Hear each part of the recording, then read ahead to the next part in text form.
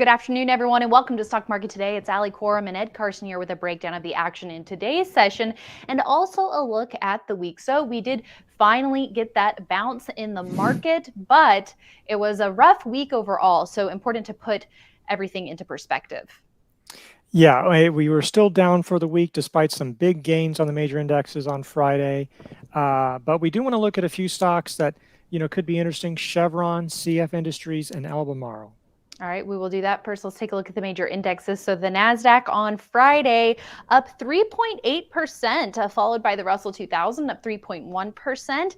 The S&P 500 up 2.4%, and the Dow up some 1.5%. So we've been expecting an oversold bounce, but is this a short-lived bear market rally or really a bottom? And that's the question on a lot of investors' minds, Ed. And right now, it's too early to tell. Yeah, we don't know. We don't know. This is one really strong day. This is day two of a rally. The NASDAQ was positive on Thursday. The S&P and Dow were up high enough in there on Thursday that their decline still counted as a rally day. So in a couple of days, we could get a follow-through day, that would confirm the new uptrend. Still wouldn't be proof that we're up to new highs. But you have to keep in mind, we were down for the week, and one good day in corrections, bear markets don't change anything. That was still a pretty big drop. I mean, it's well off the lows, but if we fall again, nobody will remember really today's action. Had a lot of declines just coming down, 52-week lows and worse for all the major indexes, a lot of stocks this week.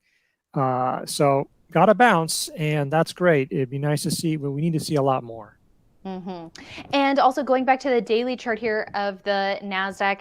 So the last follow through day, first we had the S&P 500 on the 16th, followed shortly thereafter by a follow through day on the NASDAQ, which we saw above the 21-day line where we closed on Friday here, or at least this chart is a little delayed. We closed a little bit higher than where this chart is, but we're about 5% below the 21-day. In theory, we could do that in a couple of days, but it might take time, and that could be a resistance level. When we talk about stocks sometimes doing pullbacks and are they offer buying opportunities, we talk about if the pullback is too steep, it's like, well, that doesn't look so good.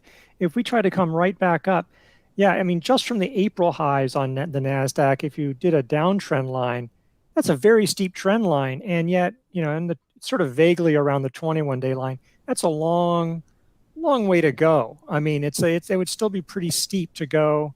We've got a lot of work to do, it seems like. So it might be good if we consolidated for a few days, then moved higher. And, we'll just have to see. I don't think if investors do anything, we'll talk about it more, but if you do anything, you should keep it really, really light. And there's a lot of good reasons to say just stay completely on the sidelines until we get a lot more strength. Right, and yes, we'll get into it more about how to handle this. But right now, we'll just kind of interpret the action here. Ed, let's also take a look at the S&P 500 back above the 4,000 level. The Dow, so blue chips here, back above 32,000, and IWM, so small caps, up and trying to find a bottom as well. A lot of damage here recently. Your thoughts on the importance of small caps and other areas of the market leading the way if we are to see a bottom here? What kind of participation would you like to see? Well, it's not a surprise to see small caps. They tend to be more extreme one way or the other. So it's not a surprise. Today they didn't lead. But it wouldn't be a surprise to see them lead, but you really want to see that sustained because small caps have been lagging for so long that it's just been a surprise. Historically, small caps have been the real leaders. That's where you find the growth over time. But it has been the relative strength versus the S&P going back. It's like well over a year. That's why sometimes we talk about it's really almost been a bear market for growth, bear market for small caps in many ways for over a year. So it's not been positive action. Definitely want to see that participation.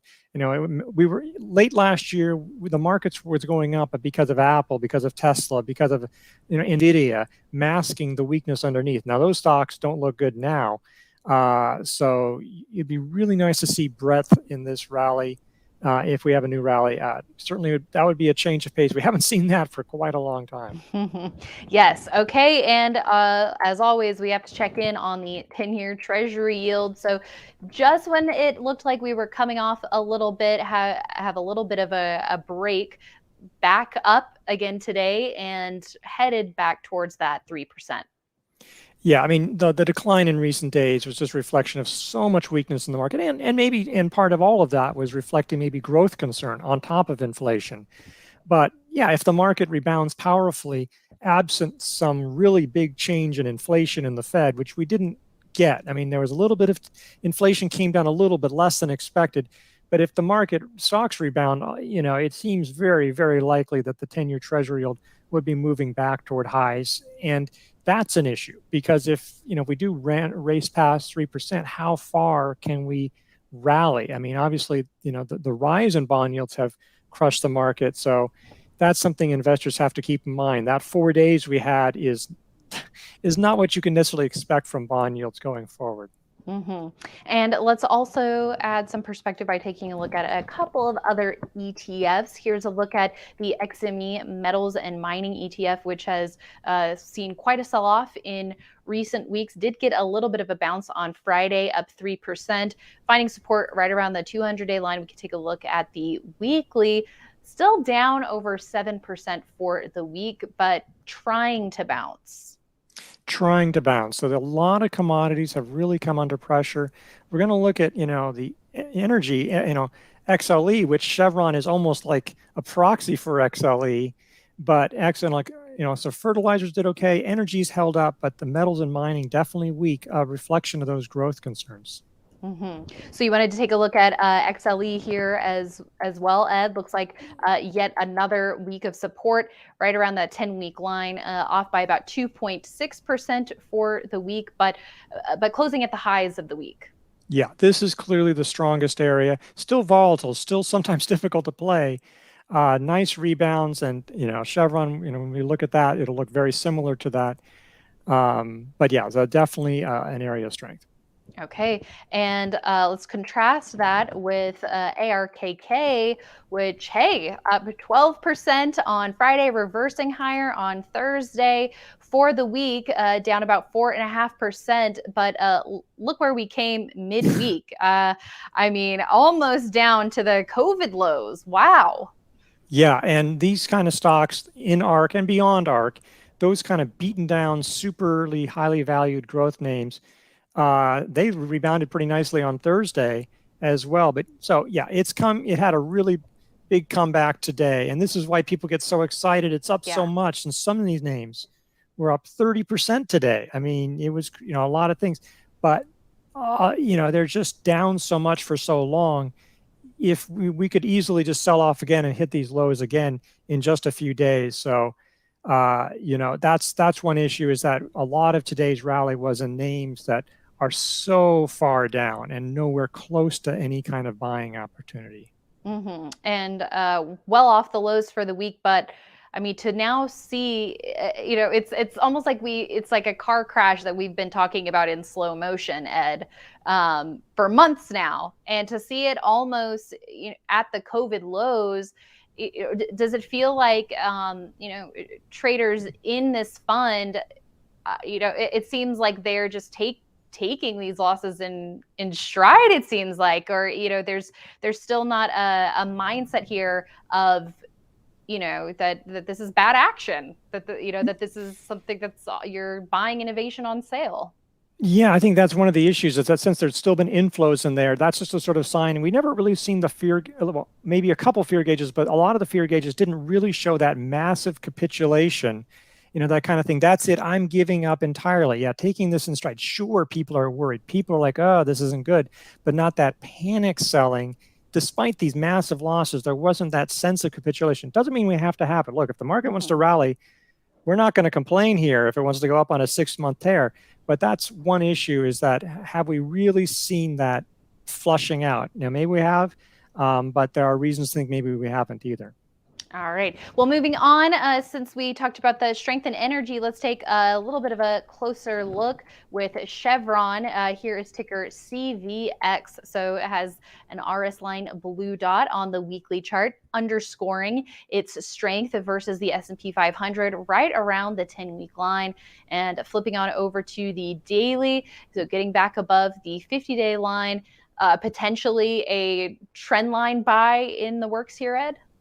Yeah, and but a really big shakeout on Monday. A lot of energy stocks came under pressure that day, but that can happen with a commodity stock. But yeah, I mean, maybe if you do a trend line from that recent almost high, you could probably get a trend line there, or just use the May 6th high as a place to enter. Either way, you're not too far off.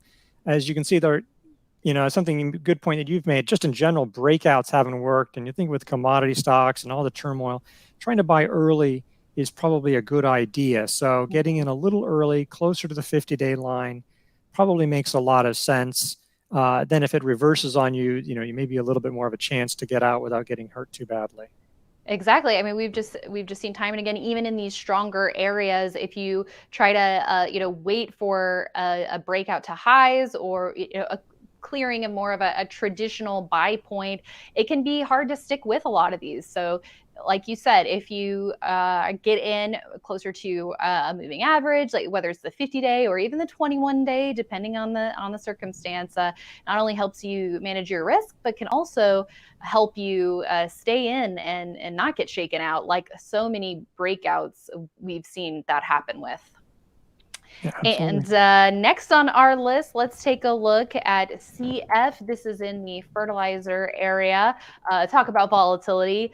This is another area where we've definitely seen some volatile action, getting back above its 50-day line today, up 5%. Looks like volume has been light on this rebound, but definitely some tricky action around the earnings report. Yeah, it was very tricky. I mean, the volume wasn't too bad in the last few days. There was some selling. It is a little odd. You could have argued there was a trend line break, at least intraday. I think maybe we closed just below it, which honestly, or right on it, which honestly is probably not the most terrible thing, because it's hard to say buy on this day, on day 1.5 almost of a rally attempt. It's hard to get too excited about that, and the light volume as well. But this is an area where, yeah, you could buy it if it gets above there, or add on some shares. It's not far from the 50-day line. Maybe in a week or two, it'll have a new base, probably a couple of weeks with this chart. But, it's definitely an area to watch. This sector seems to be finding support despite some pretty volatile action, as you say. Yeah, so oil and gas, fertilizers, and now going along with the commodity theme, let's also take a look at Albemarle here, trying to get back above its 200-day line. We've seen lithium-related plays try to get back up on their feet, so more progress here starting to happen for this space. Yeah, I mean, this is one I'm looking at, and partly when I find the whole lithium play interesting. I talk about it a lot on IBD Live, but it's also, this is one that's not ready now. Whereas Chevron and CF, they're right on the edge. You could probably have made an argument for buying them today. If this one works, it's probably because the market rallies continue to get momentum. So if it can get above this little handle thing, it's too low to be a proper handle. That could be an entry. Or maybe above the 248 level, which is just above that area. There's hit resistance sort of at that area a couple of times. So that would be a place where you could start a position, early entry in this. The relative strength isn't quite at highs, but it's right around consolidation highs. And so there's some nice action there. Again, it's not ready yet. It may never be ready. We'll see how the market is and how this is. And, there's a lot of things, a lot of watch list stocks have had to come off. I don't actually think this is the best looking one in its group. The best one is probably SQM. I think investors should look at that, but I didn't want to bring it up too much because it has earnings next week, but it looks a little bit more like CF because it has a lot of fertilizers in addition to lithium. That's not a bad mix, but a little bit volatile it might be with earnings coming up. So that would be another one to look at. Can you also talk about the appeal of Albemarle just for the current market environment with inflation and interest rates and all of these other headwinds that we have? Well, I think one of the things is like Whereas other commodities, if there's growth concerns, okay, there might be less demand. But honestly, there is almost insatiable demand for lithium. I mean, it's just like, yeah, maybe somewhere demand is down, but demand is so much more than supply, and so much more than supply can possibly meet in the next few years. The prices are going to be very high for lithium and benefiting Albemarle. They really raised their guidance mostly on price a couple of weeks ago. So did rival Livent. So it's just a good environment. EVs, there's just such a demand for these for that metal. If this market can get any kind of momentum, this would seem to be a safe bet if you're betting on EVs. Not safe. I don't want to say safe. My goodness, what am I talking about? It would seem to be like lithium is going to win. A reasonable bet. A reasonable bet, because you don't know which EVs are going to be the winners and losers necessarily. There's a reasonable bet that every ounce of lithium is going to be used, and probably at a good price, for the next several years. All right, Ed. Well, thank you for making that case there. We will definitely be continuing to watch this space. All right, now let's talk about what investors should do from here. Maybe the market has found a bottom. Maybe we will see a sustained rally from here. Maybe we see a short-lived rally, or I mean, there's so many scenarios, or we just shoot right back down and undercut the levels from this week. But I think in terms of where to go from here, Ed, it all starts with knowing who you are as a trader and knowing your style, knowing how quick you can be, or whether you should wait for more signs of strength. Yeah, that's really important, because if you were a really aggressive trader, maybe today was a good day to try to nibble at something maybe like an index fund, just something you're just playing the run, you're just playing it up, seeing where it goes. But if you have to be willing to scale out almost immediately. I mean, and honestly, that's not something I'm quite as comfortable with. I'm not as good at, so I'm just staying out. You're a little busy during the market I'm also day. a little busy. I'm also a little busy during the day, but it's like not as busy as you, because all alley. We're both busy. But it's a situation where at this point, even then, for aggressive traders, you might want to wait, because you've had a bounce. Okay, that was sort of a given. We were going to get a bounce at some point. We're getting it, so you could have played that. But now you don't know, and it might be just wait for the follow through. But I think for most investors at this point, wait for the follow through day. Wait for that real momentum, look around. Even then, there may not be that many stocks to buy. I mean, when the big winners are like ARK and stocks, and not just that, but stocks like that. I mean, yeah, there'll be a Chevron, there'll be a few stocks that are moving out, but you're not, you can gradually build your exposure. And even then, you want to be ready to get out, because this might be another bear market rally. There's reasons to think, let the market rally prove itself. If this rally goes on for 6 months, if you start off slow and build up your momentum and you're picking the right stocks, you will have a great run. If this rally lasts for 6 days, it won't matter how great you're picking the stocks. If you're not, you have to be, you don't want to be in too hot, and you have to be pulling out quickly in that situation. And we did see, beginning in mid-March, a couple of strong weeks, but investors need to be prepared that, so even if we do get a follow-through day, it may not work. It may fail immediately. It could work temporarily, or we could get some sustained action, as you said. So important for now to keep that watch list up to date with those relative strength names, even though it may be tempting to buy those big moves off the bottom. You're better off, your odds are better by going with the stocks that have been strong this year, because those are likely the ones that are going to continue to lead the market higher. Yeah, that's exactly it. Look for the leaders, especially right now, not for the bottom feeders. All right. Thank you, Ed. And thanks everyone for tuning in.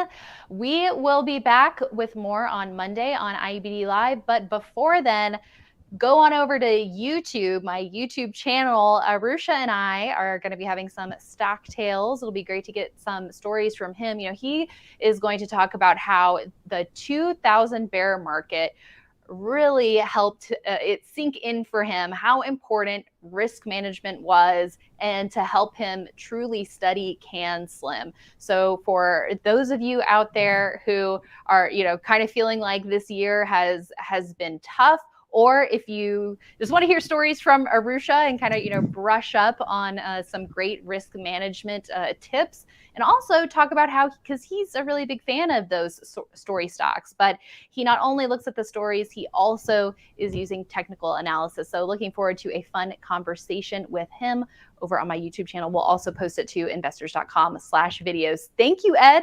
I hope you have a great weekend. You too.